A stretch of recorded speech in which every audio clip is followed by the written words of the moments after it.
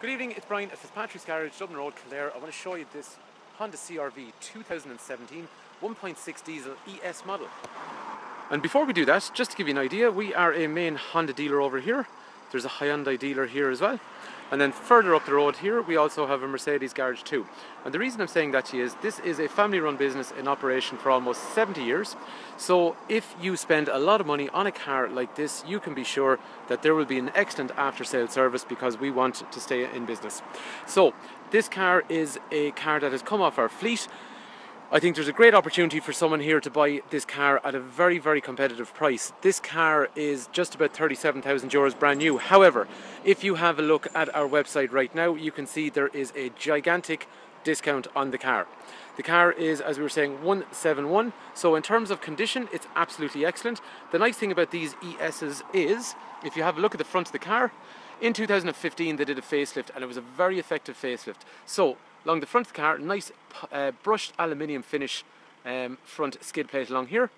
There is a chrome surround around their front fog light. I know these are all obvious things, but they, you know, I suppose it comes together very, very nicely. And sometimes you look at the car and you go, that's quite nice, but these are the little things that all add up. Small bit of chrome down around the bottom of the grille, along the top as well along here.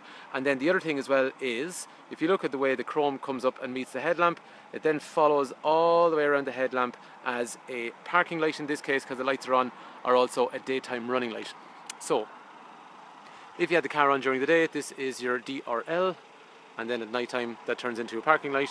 Double optic headlight, so dips in here, fulls over here, and like we were saying then, the nice front fog light setup with chrome recess around it. Front parking sensors are standard on the ES model. The other cool thing is this car has automatic headlamps. So from the key, if we wait for maybe another 10 seconds or so, the headlights will actually turn off themselves. This means you can get out of the car, walk up to your house, and the driveway is lit up nicely for you. Great. Headlamps turn off, you come back out, unlock, and basically headlamps have come back on again, so you can walk up to your car. Okay, this time of year while it's bright, not as useful, but once we get into the winter you will know all about that. So the other nice thing from the key is we have full closure, so basically I can use the key. If we watch the windows, so windows come down, and then similarly I can lock. So again, watching the windows and the wing mirrors, and windows have gone up and wing mirrors have retracted. Okay, so that's dead handy for two reasons. Obviously we fold in our wing mirrors, and secondly, I know when I'm walking away from my car that the car is actually locked. Condition of the car is excellent all the way around. As you would expect, the car is a nearly new car. So looking down the sides of the car and around the front bumper, all in very nice condition. I would expect to see one or two stone chips on any car that's got a little bit of mileage. But all the way up along through here, it all looks pretty nice. There is probably the only stone chip I can see, which is, as you can see, very, very small. Down the right hand side of the car, all in nice condition, and the 4 alloy wheels are in excellent order throughout as well. So moving back to the rear of the car, same idea continues along the back even. Brushed aluminium finish down along the bottom of the bumper, chrome along the boot lid, and then as you can see, everything colour coded all the way around. This colour is called polished metal. I think it looks really nice because if you look at the way the chrome around the windows, the privacy glass in the rear, the roof rails up high, the brushed aluminium we spoke about, and then those alloy wheels are also a diamond cut wheel. So we've got the black inserts along the centre. There's a shiny reflective surface along there. Right, the reason that's cool is in here it hides brake dust, so they look cleaner without actually having to get down and clean them the whole time. And then the shiny effect from that looks really nice when artificial light or natural sunlight shines on it. But I think it's actually one of the best colours for the car. Everything's very, very congruent overall. Even the way the mouldings are down along through there, the colour of the car plus the mouldings, it all comes together very, very nice. I think you'll agree. This car has a 1.6 120 horsepower diesel engine, which also has about 300 newton meters of torque. So sometimes people, not so much now, but maybe a couple of years ago when this car was launched first, they always used to question, oh my god, is this going to be able to, you know, have any power at all because it's only 1.6. Yes is the answer to that. I'm 100% sure if you come to drive this car, you will be dead happy with the power in it, unless your expectations are unrealistic. But compared to every other SUV in the market, this is very, very good. The brilliant thing about them, however, is the fuel efficiency on these cars all day long, right? 50 to 55 miles per gallon, which is about 5 or so litres per 100 kilometres. Now, to some people that may not strike you as unbelievably high, but for an SUV that is really, really good, because remember, SUVs are not as aerodynamic as a normal saloon car. So that, out of all the SUVs that we sell between the different brands we do, this is one of the best ones on fuel. Road tax is 200 quid for a year, and they are super, super reliable. So no problems with things like injectors, turbos, gearboxes, all that kind of stuff. All very good. But you're still wondering about the 1.6 engine, aren't you? So most of the cars in this segment are operating 1.6s, 1.7s, all that kind of stuff in terms of diesel engines. In terms of power, right, okay, no need to take my word for it. I am quite confident that if you come to try this car and compare it to other cars in the similar segment, you'll be quite happy with the power that's in the car. And then if you think about that and combine it with the realistic fuel efficiency that's in this car, I think you'll be extremely happy. But let's have a quick look at acceleration. So let's just have a quick look. If we basically start off the car, come on, focus camera. So at the moment we are second gear. Say for example, a normal pull along from here, you'd be starting from maybe 30 kilometers an hour. So I'm going to put my foot down right now. So here we go, 40, 50, 60, 80, 90, 100. The car is also rated for 1.7 tons in terms of towing capacity, so it's well able to tow. We have people that have bought these cars and they're using them to tow horses, horse boxes, boats and various other kinds of things. But actually, in fairness, I think it looks so well in that colour. Everything comes together really nicely on the car. One of the really cool things actually about the CRV compared to some of its competitors on the market is it's got a massive boot. So let's have a look. In terms of the boot inside, it's actually really long. Inside in the boot itself there is a power outlet in through here. One cool thing, let's face it, we all have a spare wheel, so CRV is the only Honda actually brand new in the range that gets a spare wheel from the factory. Okay, so if we want, you can grab this wee handle here, seat flips, same on the other side, and of course it doesn't do it. The reason it hasn't done it is because the armrest is up. So if you're an idiot like me, you do it the wrong way, you need to have the armrest down. So anyway, once we have the armrest out of the way, now we got a massive, massive load area. So once you take out the back tray, it's actually comparable to that of a small size van. So very, very easy to use and easy to set up that way as well. And I think it's worth mentioning actually, condition is quite nice. Look, I suppose the car is only a few months old, you would expect it to be as new, but sometimes they don't be. But this one is really nice condition. So the rear of the seats, the material on the boot mat, apologies about the camera, it's probably struggling with the dark a bit, plastics on each side, all in very nice condition. And then the other nice thing about a CRV is that it has a opening right angle on the doors. So if you look through here, tri-lock over here, electrics for rear windows here, door card is in excellent condition as you'd expect. So as you can see, all very accessible. If we want to let the seat back up to use it for passengers, that comes up, that folds in, that comes down there. So 3 very simple steps. So once again, up, 1, 2, 3, armrest down, happy days. All very, very easy and straightforward to use. Okay, 3 3-point safety belts across the back, 3 head restraints across the back, armrests as you can see here, and then we also have Isofix for child seat, Isofix for child seat, and a sort of middle setup. But you will get 3 child seats across the back, yes, no problem. In terms of Isofix, you won't. You will get 2 Isofix on each side and none Isofix in the middle. The reason there's a middle one here is if you said, no, I want 2 child seats, but I want them more central.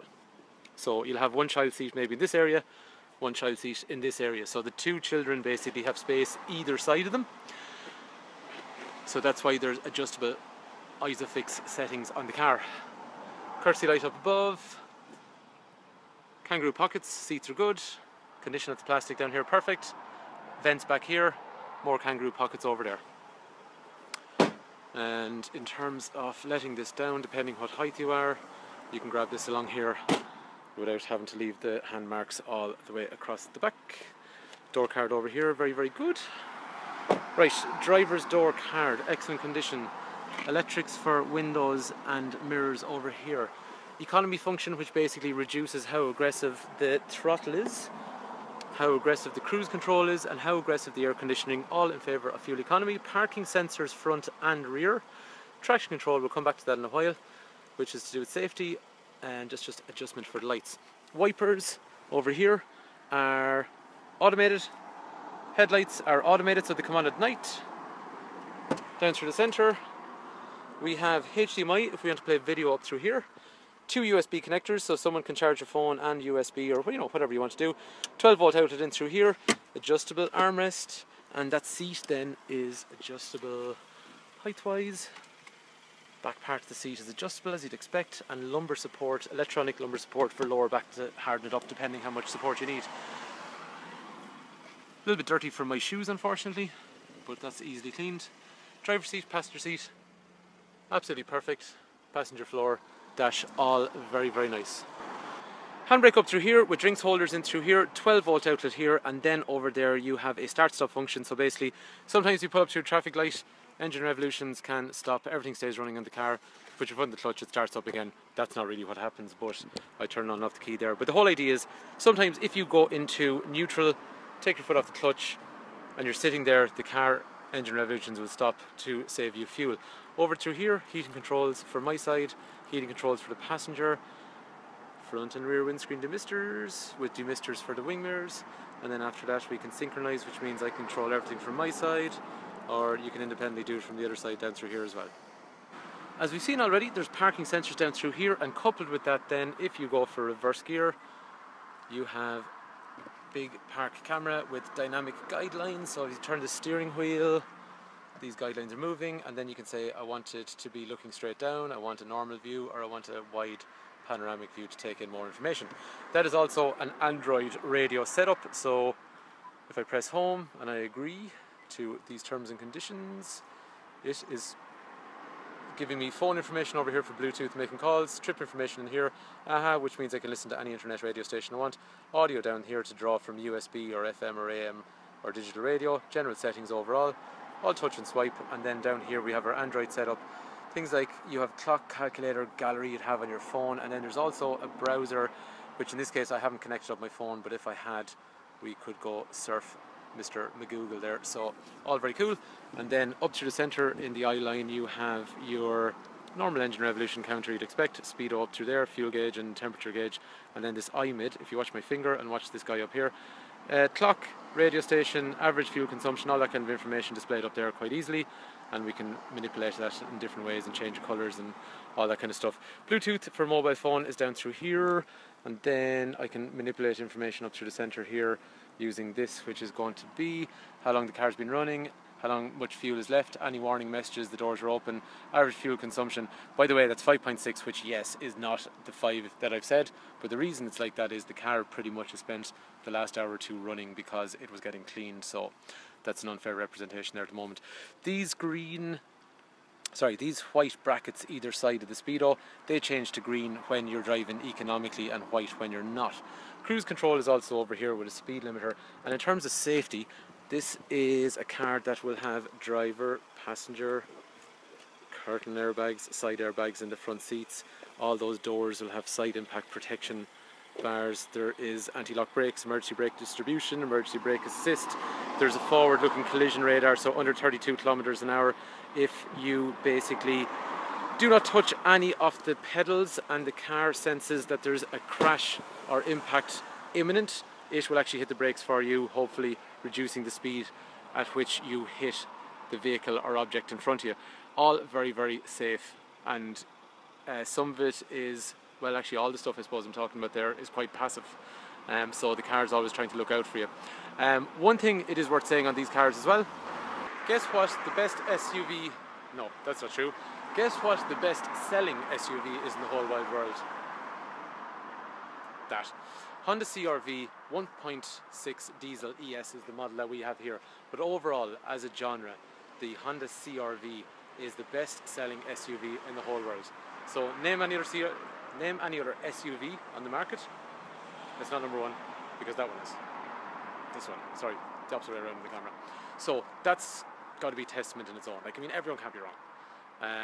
People that buy these, they seem to buy them again. This one here, as we were saying, 1.6 diesel ES model. I think this is a brilliant package overall. It's well priced. This particular car, by the way, is a great opportunity for someone that's maybe thought about, okay, you know, I wouldn't mind buying a brand new Honda CRV, and maybe the price point that I was thinking about isn't quite there. This one's got a ton of discount, and it's a nearly new car. So have a look at www.hondacentre.ie, and you see this car advertised. You'll see the discount that's put in it. It's generous.